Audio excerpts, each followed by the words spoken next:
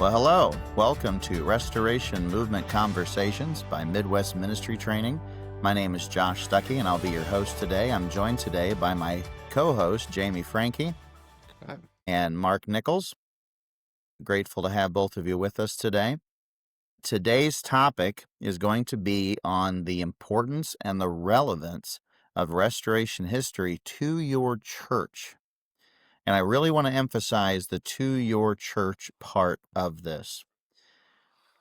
Here's what's kind of funny about this subject, and that is virtually everybody agrees that we need to know history. We teach it in school, we teach it in college, we teach our children our family history. Everybody agrees history is important. What's so funny, though, is that there seems to be a blind spot when it comes to church history, local church history, and restoration history. It seems so strange to me that we would emphasize that our kids understand secular history, but not religious history, because the same general principles apply to both.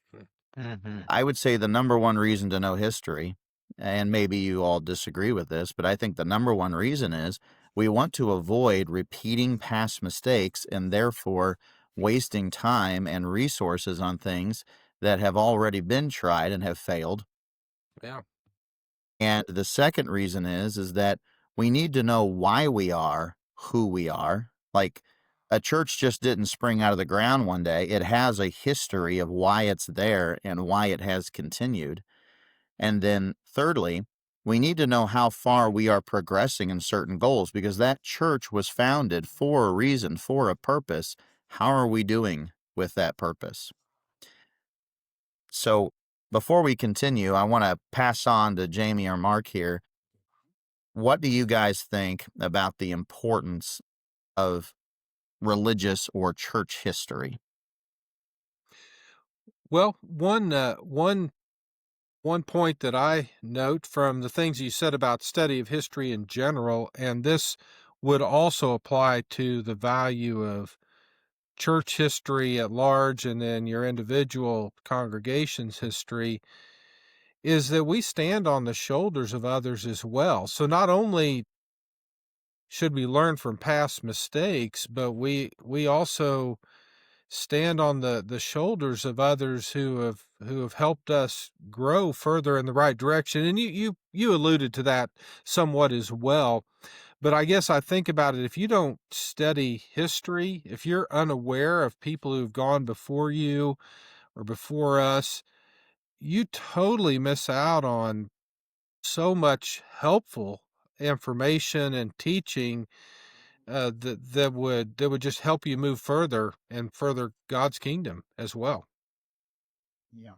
Yes, Mark?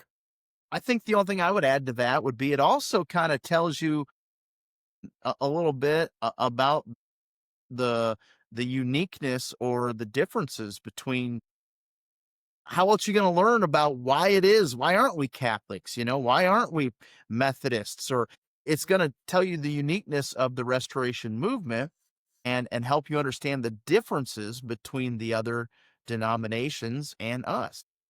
Yes. I am curious, though, why do you think, as a whole, Josh, you alluded to this, that there's a blind spot when it comes to church history and an individual congregation's history. Why do you think that is?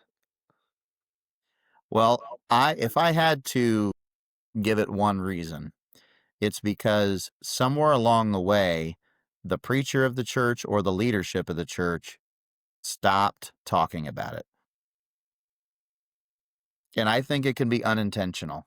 I don't think it's necessarily, I don't care about history or I don't care about my church's past, as much as it just fell off the radar.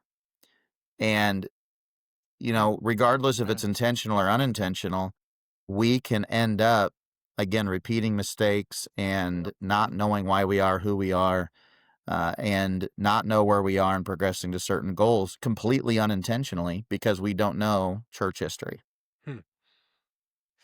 Maybe, can I just add to that? Maybe too, the Restoration movement, I don't know how to word this exactly, but um, the foundations of the Restoration movement uh, is basically that we, you know, look to the Bible, and we're only interested in studying the Bible, and we're only interested in learning about the Bible, you know. And so maybe to our own fault, we because, you know, you think about Catholicism, boy, they're teaching about the church fathers and the saints that have gone on before, and all we're interested in doing is preaching the Bible, which is not a bad thing.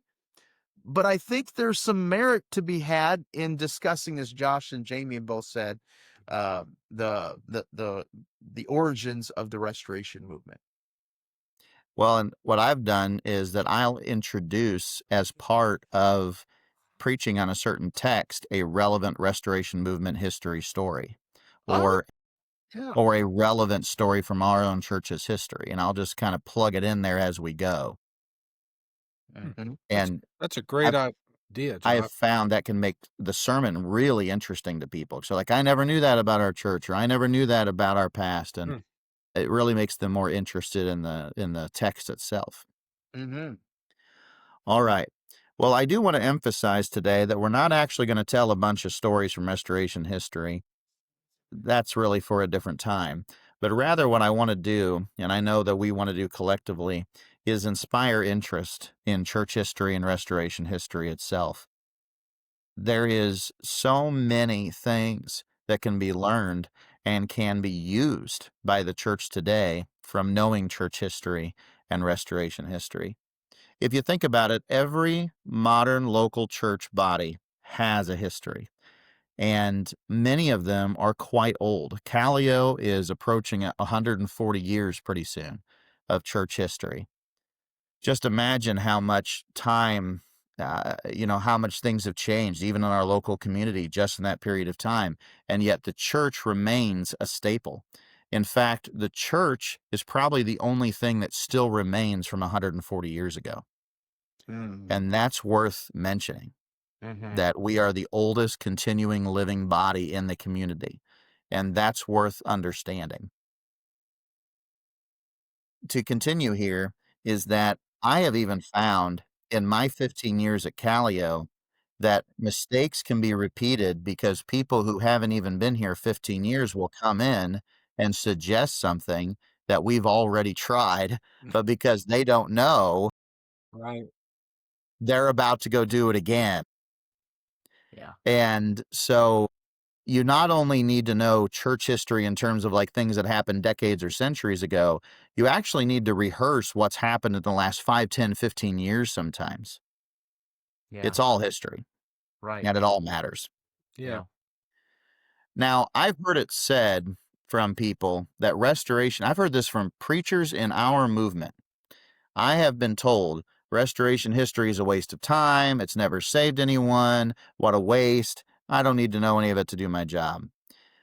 And my response to that has been, you're right. Restoration history has never saved anyone, but boy, has it saved churches. Yeah. And that's how we need to view restoration history.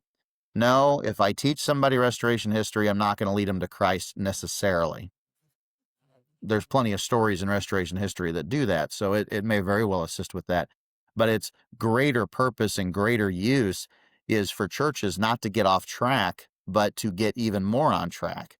How many independent Christian churches and churches of Christ have swayed from their original purpose and have entered into denominationalism or entered into liberalism because they lost track of who they are and why Josh, they could I exist? could I just share a quick story from Vandalia, First Christian, on that note? This is such a incredible story to me. Back in 1949, the church came to be without a minister, and as I understand it, the minister that they had was liberal. I'm not sure if he went to the Chicago school, but I think he was teaching such stuff as the miracle of feeding of 5,000 was just Jesus inspiring one boy to share and everybody shared, that kind of nonsense. That's what they were getting. And the I think it was two couples that were going to hear a preacher. They were searching for a preacher, and they stopped and prayed on the way to hear one. Lord, send us a preacher who will preach the Bible. And they went and they heard a man named John Hall. And John Hall came to be the preacher here. He was here for just over 15 years. And really, the church almost, it was revitalized as I understand it. He brought really, truly restoration movement, biblical teaching, but from a restoration movement, background, conservative, and just transform things here. And that's a story that needs to be remembered, and how quickly you can slide down a hill, slide down and become nothing, unless you hold true to the teaching of Scripture. And that's some of the value in our own church about remembering its history. In fact, at Callio, we were a Disciples of Christ church until the mid-1960s. So we were a part of the liberal wing of the Restoration movement until 60 years ago. And I'm not going to go into all the history of that, but it was a transition from the liberalism of that day to now being one of the most conservative churches in Macon County. And that's happened in part because we know our history, we talk about our history, and we understand the mistakes that were made back then and why we made that change 60 years ago. In fact, 40 years ago, Callio still had female deaconesses. And so you can tell from 60 years ago, we began the journey away from liberalism, but it took a while to finally remove some of the last vestiges of it. And then since then, it has been conservative. And because we know our history, we talk about our history, and I value it, and so does the rest of the leadership, we haven't repeated those mistakes. We know them. We teach our preacher boys, we teach the next generation these things so that we can maintain that biblical thing going forward. All right. Well, one thing that I want to emphasize today when it comes to knowing church history and restoration history is that when we don't know our history, we are going to be far more susceptible to the eddies and currents of our current culture. And there are eddies and currents that are relatively new, and there are ones that are very old. And they're one of the very old eddies and currents in our culture that will never go away, by the way, is ecumenicism. Now, this is a big term that pretty much just means you believe in Jesus, I believe in Jesus, that's enough. A lowest common denominator. Yes, that's essentially what it is. And this is a very strong eddy and current in our culture. And it's understandable to a degree, because wouldn't it be great if that's all we needed to do? Like, that sounds awesome. Like, we're all attracted to ease. We would all like to get along. I understand why people are attracted to ecumenicism, because it's simple. It's faith alone whittled down to literally one word. And so why aren't we ecumenical? Well, one of the reasons why we're not is because we know history. Yeah. The Bible, of course, speaks against this idea of faith alone, but also liberalism and among other things. But restoration history teaches us on a local level and in our own culture that it doesn't work. And not only does it not work, it's actually harmful. Because if the only thing that you are saying that you need is faith in Jesus, then anything else goes. And you might think other people have lines, boundaries around that, but we've learned recently and continue to learn that people have no lines. There are so-called churches that talk about Jesus that embrace every immoral and evil thing you can think of. So it turns out that ecumenicism erases all boundaries, erases all understandings, totally downplays the Bible, makes faith meaningless, and we know that we should therefore avoid it. Many many times in Restoration history, I'd say every generation had to deal with ecumenicism because since the Protestant Reformation and the dissolution of the Catholic Church ruling everything in the West, there has been endless, for lack of a better word, versions of Christianity promoted. When you don't have a rule, for example, that everything that we believe and teach should come from the Bible, then again, anything is going to go. And you can see churches that adopted creeds and adopted catechisms and adopted books of discipline. The United Methodists are probably the best example of this in modern times.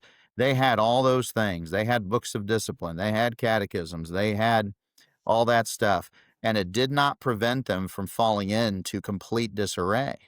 Yeah. And that's because the Bible was not their center point. They didn't learn from history that man-made stuff does not stop them from dissolving, that there's no man-made tool that's going to prevent a church from disintegrating. And it's so ironic that it's the United Methodist of all people that divided internationally. Hmm. All right. You guys have any thoughts about ecumenicism?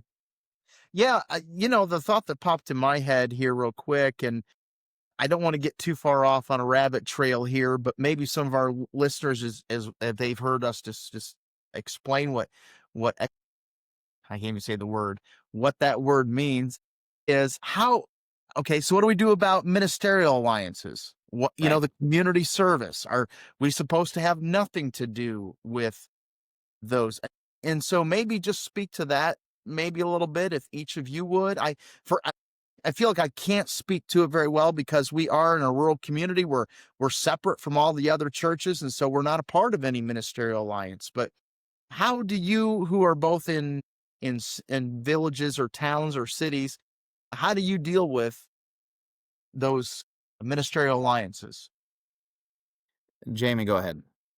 Well, I'm in Vandalia, and Vandalia is a small town, and we have a ministerial alliance that I've been involved with and have overall, it's been a group that just respects one another, I think, enough to work together where we can have commonalities and kind of leave it there with the things that we do. We did have, or we have had in the past, a group even that was able to have some pretty good conversations about where we disagree. And that I think was a really good step. We did that. We kind of had some of those for a while, and then we kind of just fell out of it, and we probably could need to go back to it. But talking about, why do we hold the positions we do on, topics like, I don't know if we ever really talked about baptism extensively, but different topics, even the controversial ones. But that kind of took a special group that's able to do that respectfully. And that's the kind of group we've had here most recently in Vandalia, and overall a very conservative group. Again, not the meaning that we all agree on everything for sure, and don't want to pretend to, but a conservative group as a whole, and that's refreshing. Sure. So to illustrate this a little bit further, churches that have forgotten their history or don't honor it, and as Jamie said earlier in the podcast, don't remember that they stand on the giants and the resources of the people that came before them, there are some symptoms that usually tend to come up. And these are things that have happened throughout church history, not just Restoration history, but church history in general, when churches start to lose their way. And one example that's modern is that when churches that have Christ or Christian in their name drop it, I have yet to find an example where that was a positive development. And that Interesting goes for observation. parachurch organizations too, Yep. not just churches. Now, again, that's a symptom or a sign. I'm not necessarily saying 100% of the time that's true, but I have yet to see an example where that was not an example of people getting away from their roots and their core purpose. And then another one is when churches start to go light on doctrine. I've even heard churches say we're not about religion, we're about Jesus. The problem with that is religion is a word in the Bible. You know, we all know the famous verse in James where it says, good and proper religion is this. Yeah. You know, Christianity is religious. And then they'll say things like, well, we don't teach doctrine. Well, if you don't teach doctrine, you don't teach anything, because That's right. doctrine is teaching. And you cannot love Jesus without teaching doctrine in reality. Right. Correct. So that's another sign. And then another one that we especially deal with in restoration churches today is when you start to see women in leadership roles in the offices of elder, deacon, or preacher. Once that's happened, 100% of the time, you can be certain that they have liberalized.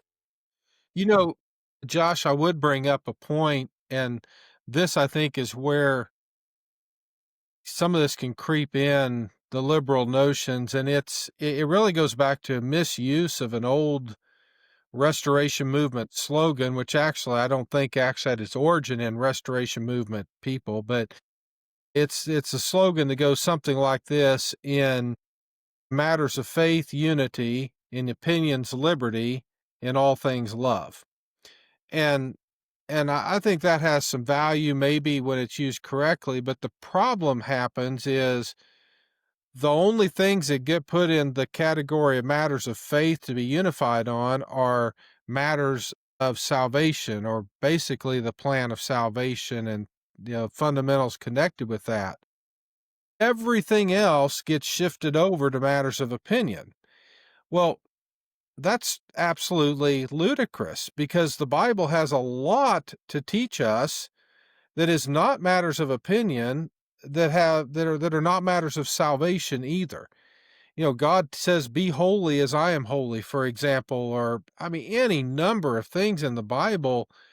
We can't put those in matters of opinion when God has spoken. Those are also matters of faith. Now, they may not be matters of salvation, but they are matters of faith on which we should have unity. And the problem happens at least in part, I believe, is when things where the Bible does speak are put in the category of opinions, and then it's sort of shoved off as, well, you can have whatever opinion you want on it and it doesn't matter. Well, yes, it does. And before you know it, you're really shifting to a belief that really loses sight on obeying the Bible at all. Yes. Mark? Sorry guys, my connection's been a little unreliable here. I've missed out on some of your guys' conversation as it has been. So ask the question really again, very briefly, if you can. Okay. Symptoms or signs of a church losing its way? Oh man. Boy, there's all sorts of symptoms and signs of that happening. I feel like in our own area, when a church is more interested in building a kingdom unto themselves. And what I mean right by that is the idea of the unbiblical and unrestoration movement model of church planting, that we are just interested in creating numerous campuses that are attached to our name with a live stream service of our preacher that is not run autonomously. I feel like that is a symptom of a church that is just simply interested in gaining numbers and not building a kingdom of God, but building a kingdom unto themselves. Anybody feel that in their heart? Yeah, I call it creating a mini denomination. And that is another thing restoration history would warn you against if you knew it. That's right. Yes, that's a great example, Mark. All right, well, going into the last third of our discussion here today, I want to show some books on screen. I'm just going to hold them in front of the camera. So if anybody's interested in getting into restoration history, you can look these up. Some of these are easier to get than others. Some of them are still in print and others are not. but I'm going to hold up one book here. So can you read that on the screen there? Reviving the Ancient Faith. This is one that is not in print anymore, but it's still fairly easy to find because it's on eBay, among other things. And it's a really excellent resource. It's written in a fairly easy to read language, words. And so I would recommend you pick up that and you enjoy that. It's written by Richard T. Hughes. And now it's geared towards the non-instrumental churches, but we share a lot of history with them, so it can still be valuable to you.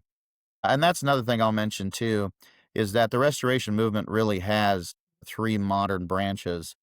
You have the non-instrumental churches of Christ, you have the independent Christian churches and churches of Christ, and then you have the disciples of Christ. And without maybe attaching labels that aren't helpful, I think we can all agree the disciples are liberal, and the independent Christian churches and then the non-instrumental churches of Christ tend to be more conservative, but divide over issues of silence. And that would be another topic to discover at another time. Yeah. Another book is Pioneers of the Restoration Movement. I really like recommending these to preacher boys. It's not a thick book. And it was written by, John W. Wade. It was published by Standard Publishing. Of course, they've been ate up by another publishing house at this point, but it's a book that's still fairly easy to find. And what I like about it is it tells the stories of the people of Restoration history, and I really enjoy those, and so do the boys. Another book, this is The Restoration Movement by Enos Dowling. It's another short book, another one you can usually find even though it's out of print. Just gives really brief, like you could read this book in an hour and a half, and so you could get a really nice overview in that period of time. Now, I also want to emphasize that I'm sort of a collector of these things, and I have got gobs more material than I'm showing right now. I like to even collect the quarterlies and the magazines and the other things that came out over, hundreds of years. But I'm just giving you an overview. This is a very common book, Union in Truth, by James North. This one's used in a lot of our Bible colleges and is taught. It's very easy to read. It's written in a novel form. It's probably the go-to one for a beginner in Restoration history, so recommend that one. That was a Go was a ahead. textbook that probably all of us had for Restoration history in Bible college. Yeah, if there's only one book you want to pick up, that's probably the one to do because it's And North's book on church history as well. It yeah, is a really good overview from what I yeah, understand. yep. Really, I mean, it's the book you should start with if you know nothing. Next book, this is Christians Only by James Murch. I think that a book written from 1960 or before, this is the best one that's ever been written. It has got some really great, interesting stories, and it also talks about why people did what they did.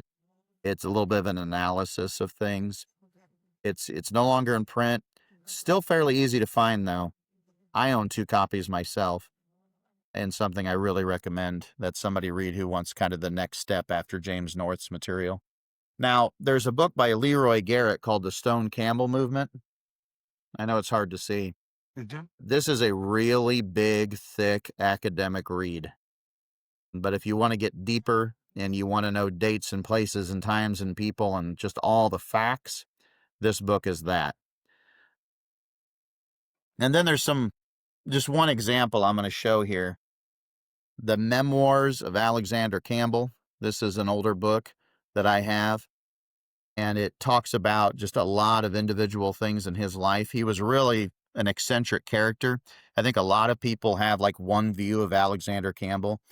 But what's so interesting about him is that he was what we would really consider, I think, a little liberal on the doctrine of baptism, but he was also a non-instrumentalist. He didn't think that instruments should belong in worship. So he was like way on one end and then on the other end, So he was definitely a mixed guy. But he's an important character in our history, and I think he's worth learning about. Yeah. Now, one thing that we do in the independent Christian churches and churches of Christ, I think we're really good at this when it comes to Restoration history, is we do not idolize these people. You know, we might be called Campbellites by another group, but we do not worship at the altar of Campbell, nor do we accept everything he ever did or said. We don't have that kind of elevation of our historical And characters. by the way, that's why I would strongly oppose to calling it the Stone Campbell movement.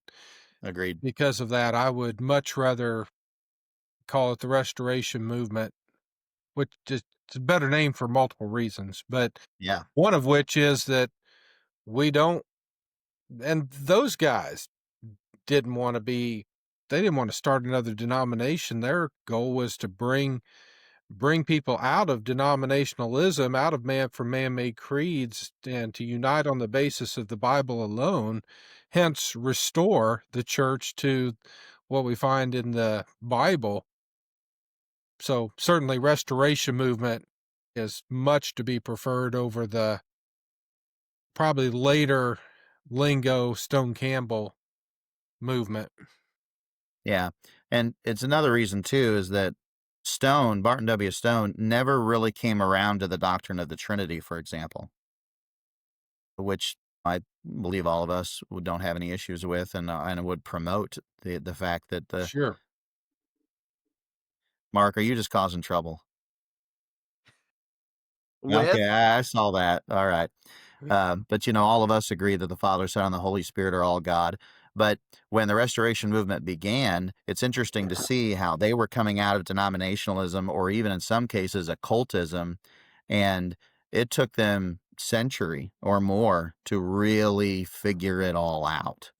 Like, it's easy for us to look back and say, well, those guys were dolts. They didn't understand this, that, or the other. But if we had been in their shoes, literacy wasn't common yet. It was hard to get a hold of a Bible that was,